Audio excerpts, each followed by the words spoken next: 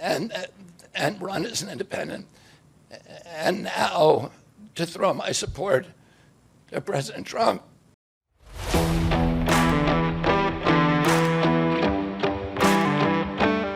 What is up, people of the internet? It is me, Real American, back in with a new video, and today we had to talk about the 2024 presidential election because it finally happened. After weeks of speculation, Robert F. Kennedy Jr. has officially endorsed Donald Trump for president. Yeah, that's right.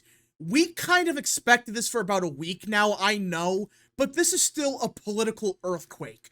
Because you're talking about someone that wasn't getting just 1% of the vote. Someone that wasn't getting, 0.5%. No, RFK was clearly getting 3, 4, 5, even in some polls, up to like 7% of the vote. And now, he has officially endorsed Donald Trump. Now, we gotta be clear about one thing.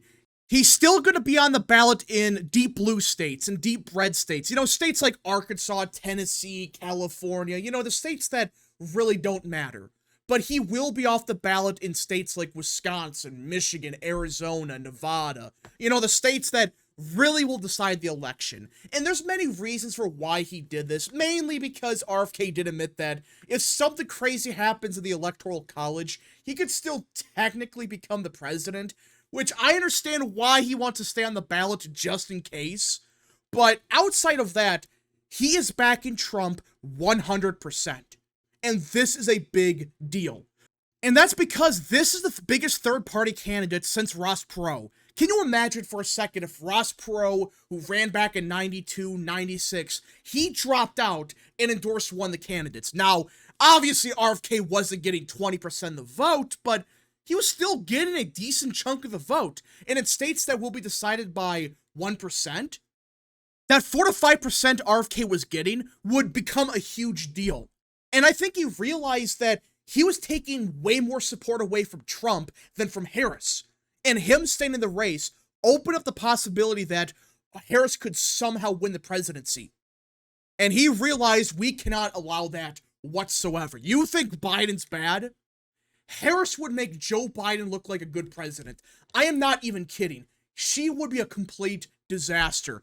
And RFK realized this. He realized it's over. I have no pathway to winning, and if I stay in the race, there's a possibility we end up with a Harris presidency. So you know what? Screw it. I'm out of the race, and I 100% endorse Donald Trump. And RFK gave a very good speech explaining why he dropped out, why he's endorsing Trump. It was a 10 out of 10 speech. Like, he talked about what actually happened. He said, listen, I got screwed by the media, which is true. The media gave him no serious coverage. Despite him getting 10% of the vote, even some polls, it was like 15% early on, the media never gave him any kind of serious coverage. They gave him 2 interviews, he said? Yeah, 2. Ross Perot back in 1992, I think got 40. Think about that. RFK was polling for a while at 10 to 15%. Again, that was for a little bit, but he was still getting a decent chunk of the vote. But despite that, he was getting no coverage. That's a big deal, especially for a third-party candidate, because you cannot win without coverage. You just can't. Because if no one knows who the hell you are, how do you expect to win? And if the media is saying nothing, but actually that's false. They did talk about RFK at times, but it was all negative. Did any of the mainstream networks outside of maybe Fox News give RFK any kind of positive media coverage? I'm being dead serious. I can't think of any network that gave him any kind of good coverage. None. Hell, they give Trump better media coverage than RFK at times. Think about that. Trump, the person the media hates, you could argue they gave him better media coverage than RFK. That is absurd. But that's what happened here. And he realized that there was no reason to continue the campaign. So he dropped out and he absolutely bashed the Democrat Party. He flat out said, this is not the party of my father or my uncle. This is not the party of the working class. This is the party of big corporations, big media, big tech, all of that. And he's right. This is not the party of JFK. This is the party of what? Kamala Harris? In other words, a complete joke. It is not what it was even 15 years ago. Say what you will about Obama, but at least back then, he was still winning a good chunk of these working class voters in middle America. But ever since then, the party has strayed further and further away from those voters. They don't care about them anymore. They just think themselves, oh, the smelly voters from northeastern Ohio, we don't need them. We can win without them. That's how they really think about these voters that for decades were their main voters. They voted Democrat for generations, but now they don't. And you got people like Kennedy realizing this is not the same party. It's a completely different party. They represent completely different people. They don't care about the working man. They only care about big tech, big pharma, Wall Street. Hell, RFK brought up a good point that even on the basic issues, the Democrat Party is completely different. Just 20 years ago, the party was for freedom of speech. They were anti-war. Now, they're against free speech. They're pro-war outside of the war in Israel. Outside of that, they're pro-war everywhere else.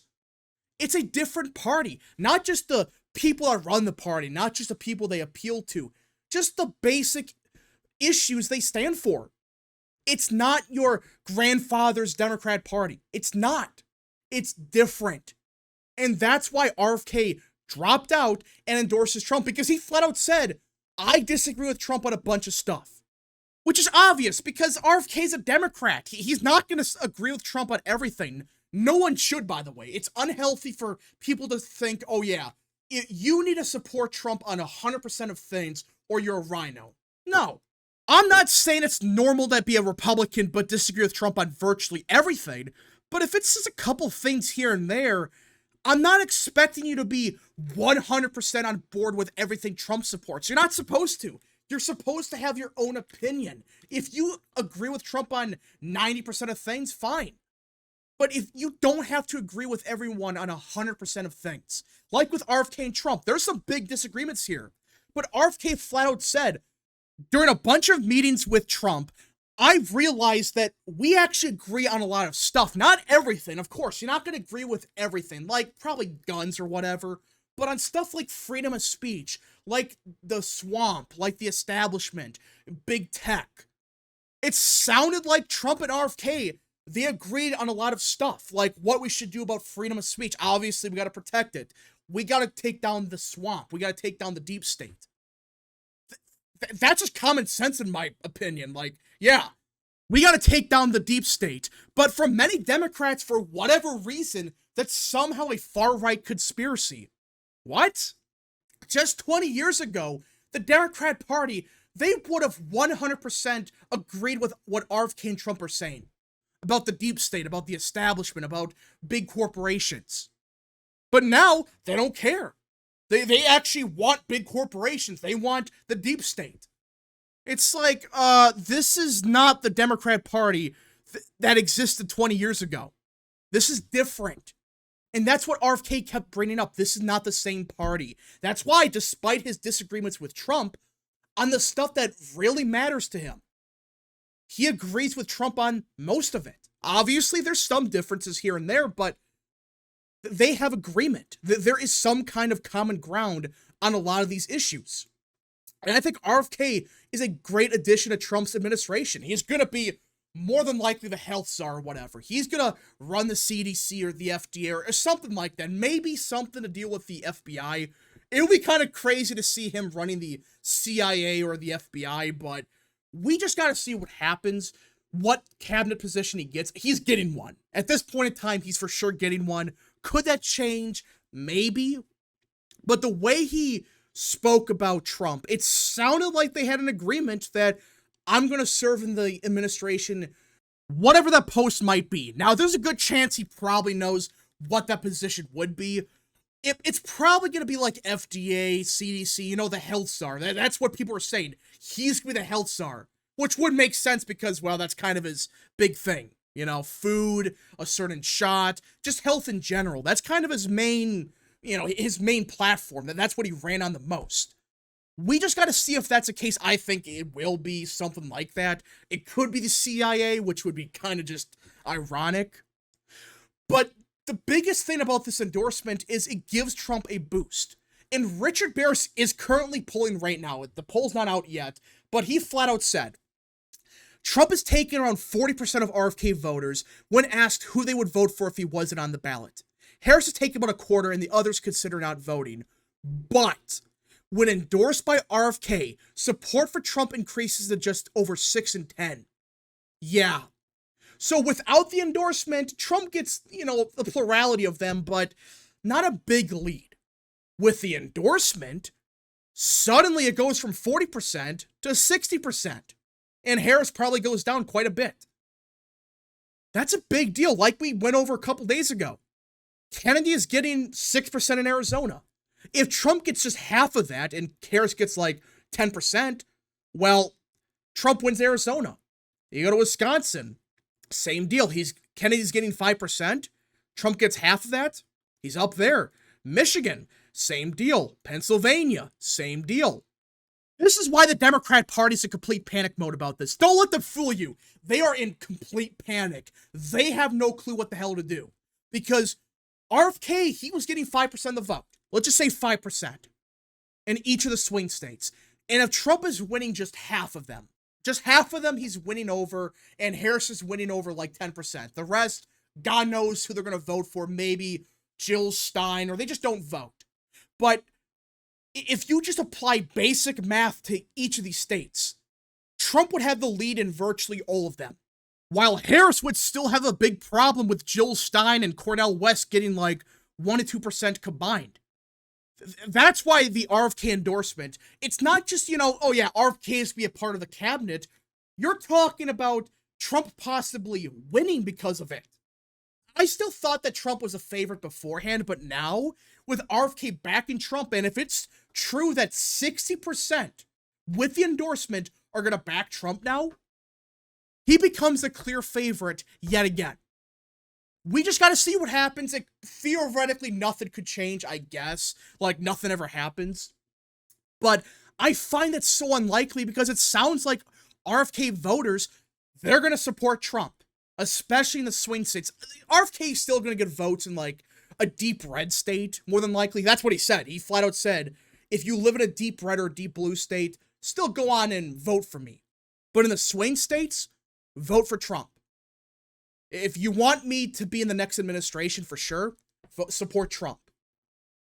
And I think that's actually a big deal because a lot of voters, they may not like Trump, but they may think to themselves, well, okay, Trump is going to put RFK in his cabinet somewhere. It might be FDA, might be CDC, who knows, national intelligence.